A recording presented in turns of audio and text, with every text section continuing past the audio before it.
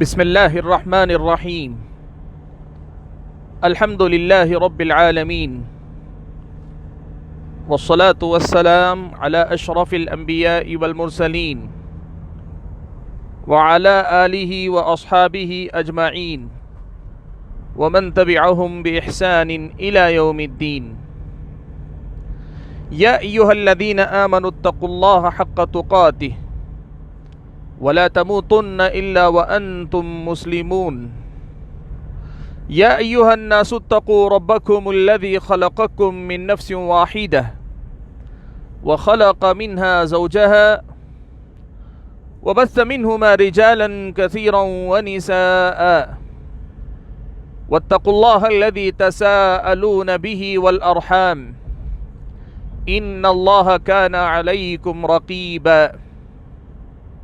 يا أيها الذين آمنوا اتقوا الله وقولوا قولا سديدا يصلح لكم أعمالكم ويغفر لكم ذنوبكم ومن يطع الله ورسوله فقد فاز فوزا عظيما.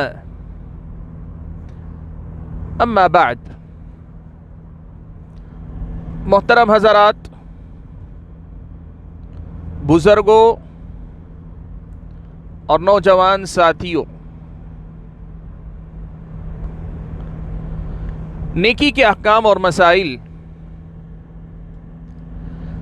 اس حوالے سے آپ حضرات اور خواتین کے سامنے روزانہ کوئی نہ کوئی ایک مسئلہ بیان ہو رہا ہے، ہم اور آپ سنتے اور سیکھتے آ رہے ہیں۔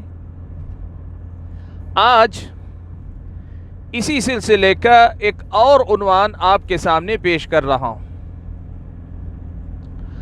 آج ہم بات کرتے ہیں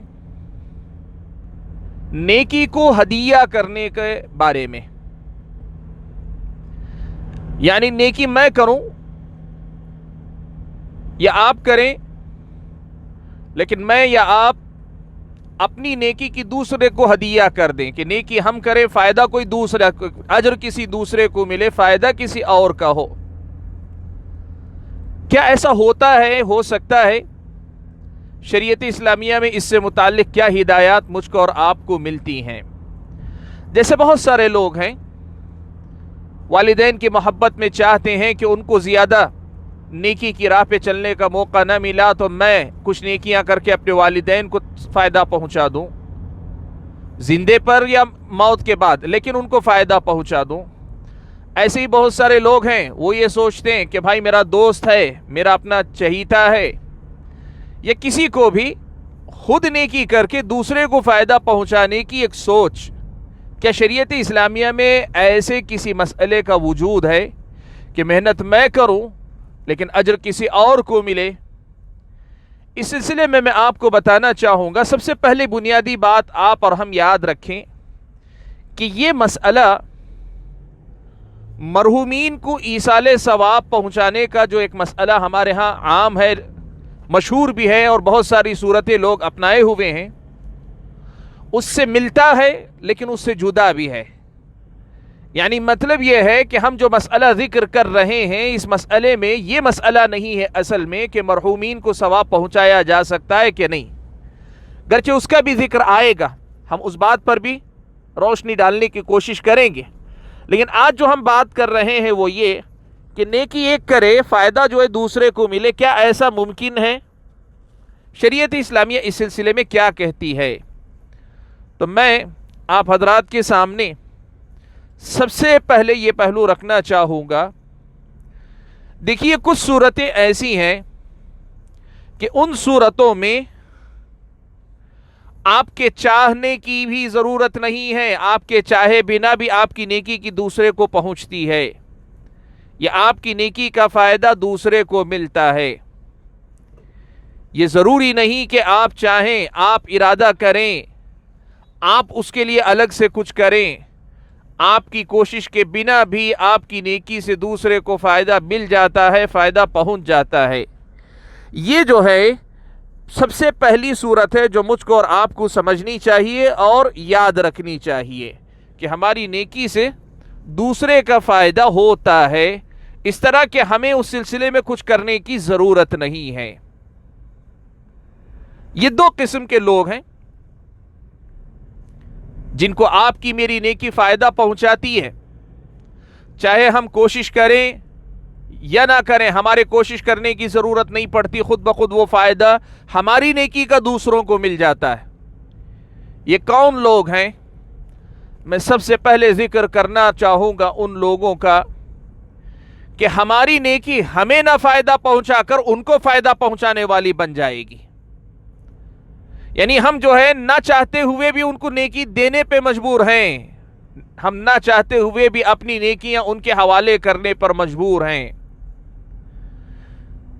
ایسی نیکیاں جو ہم نے بڑی محنت سے کمائی ہیں، بڑی کوشش کی ہے، بڑی قربانی دی ہے، لیکن اس سب کے باوجود ہماری نیکی پہ ہمارا حق نہیں ہوگا، کسی اور کو وہ سب نیکیاں دے دی جائیں گی، کوئی اور ہماری نیکیاں لے لے گا۔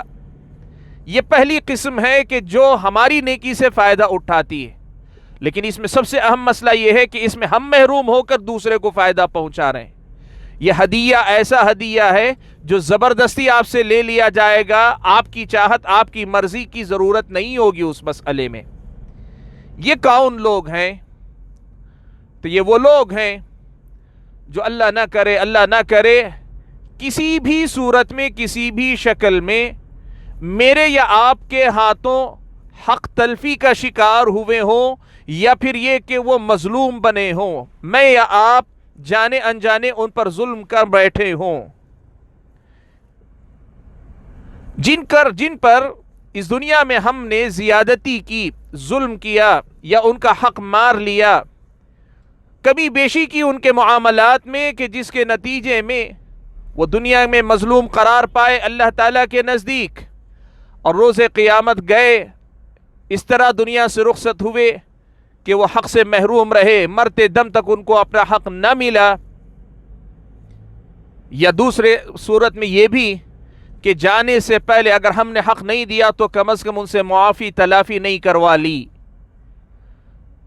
جن کو حق نہیں دیا اور ان کے مرنے سے پہلے ان سے معافی تلافی نہیں کروا لی، ایسا مظلوم انسان، ایسے حق کا مارا ہوا انسان، جس کا حق مارا گیا، ایسا انسان ہماری اور آپ کی نیکیوں کا سب سے پہلا مستحق ہوگا۔ ہم اور آپ اس مسئلے کو یاد رکھیں۔